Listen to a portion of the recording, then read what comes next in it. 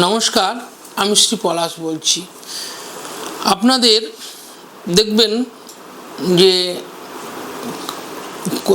কোনো অ্যাস্ট্রোলজারের কাছে গেলে আপনাদের অনেকে অনেক কিছু সাজেস্ট করে, গ্রহের প্রতিকারের জন্য অনেকে অনেক কিছুভাবে আপনাদের সাজেস্ট করে। এই আপনাকে কোনো অ্যাস্ট্রোলজার একটা বলল যে নীলা শনির জন্য আপনাকে পড়তে হবে। তো আপনি নীলা কিনলেন, কেনার পর দোকান থেকে বানালেন, বানিয়ে বিন্দাস পরে নিলেন।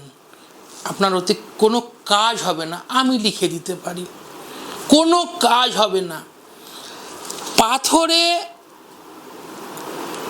70% কাজ বা কথা বলে, গাছে 90% কথা বলে, মন্ত্রশক্তি 100% কথা বলে। কিন্তু তার জন্য চাই সময়, ধৈর্য, বিশ্বাস এবং ভক্তি।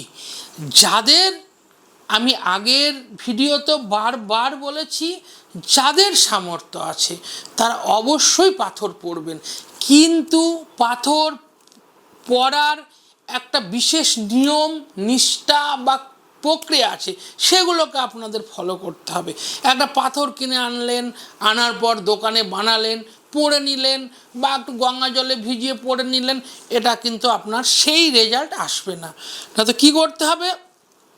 অবশ্যই আপনারা পাথর পড়তে পারেন, যাদের সামর্থ্য আছে নিশ্চয় পড়বেন, কিন্তু সেই পাথরটিকে এনে পাথরের মধ্যে আগে প্রাণ প্রতিষ্ঠা করতে হবে।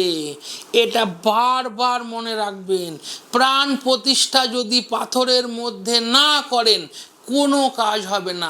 যেমন কোনো মৃন্ময়ীর মূর্তির মধ্যে ব্রাহ্মণগণ প্রাণ প্রতিষ্ঠা করে, সেরকম পাথরের মধ্যেও প্রাণ প্রতিষ্ঠা করতে হবে এবং পাথরটিকে শোধন করতে হবে নাম গোত্র ধরে, এবং তার উপরে যে ধরনের আপনি স্টোন কিনবেন সেই দেবতার বীজ মন্ত্র জপ করতে হবে।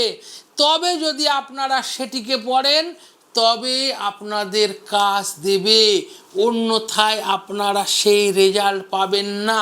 তার মধ্যে পাথর কজন চেনে? সবাই তো পাথর চেনে না। এবার যদি ভুল কোনো কিছু দিয়ে দেয় তাহলে আপনারা কোনো কাজ পাবেন না, আপনাদের পয়সা খরচ করে কেনা হবে। কিন্তু মন্ত্র শক্তি এমন একটা শক্তি যাতে আপনার কোনো পয়সা লাগবে না।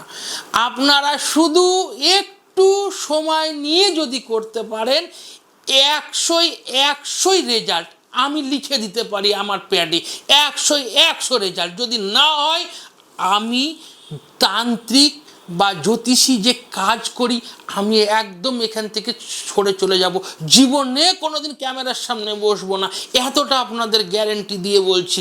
যেমন আপনাদের যেমন বললাম যে নীলা বিষয়ে, যেমন বললাম যে শনি বড় বাবা বা শনির জন্য নীলা দেওয়া হয়।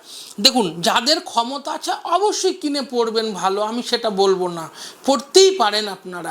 কিন্তু যাদের ক্ষমতা নেই তারা আপনারা শুধু দক্ষিণা কালিকা স্তব পাঠ করুন, দক্ষিণা কালিকা স্তব পাঠ করুন। কেননা শনির আরাধ্যা দেবী হচ্ছে মা দক্ষিণা কালিকা। এর স্তব যদি আপনারা পাঠ করতে পারেন আপনাদের 100 রেজাল্ট হবে। দেখবেন বড় বাবার মন্দিরের পাশে অনেক জায়গায় আপনারা লক্ষ্য করবেন যে মা দক্ষিণা কালীর মূর্তি আছে। কেন আছে না? তো বাবার আরাধ্যা দেবী হচ্ছে মা দক্ষিণা কালী। তাহলে দক্ষিণা কালীর যদি আপনি স্তব পাঠ করতে পারেন, বাবা অতিশয় সন্তুষ্ট হবে। আপনারা অবশ্যই ক্রিয়াটি করে দেখতে পারেন, ফল অবশ্যই আপনারা পাবেন। আমার ইউটিউব চ্যানেল, আপনারা যদি আমার এই কথাগুলো, টিপসগুলো যদি ভালো লেগে থাকে, আমার যে ইউটিউব চ্যানেল আছে সেটাকে আপনারা শ্রী পলাশ নামে সার্চ করবেন, এবং আমার ফেসবুকের যে পেজটি আছে এইটিকে আপনারা ফলো করবেন। প্রত্যেক দিন এরকম নিত্য নতুন ভিডিও পেতে পেজটিকে ফলো করুন। স্ক্রিনে দেওয়া নাম্বারে, যে নাম্বারটি আছে সেই নাম্বারে আমায় কল করবেন।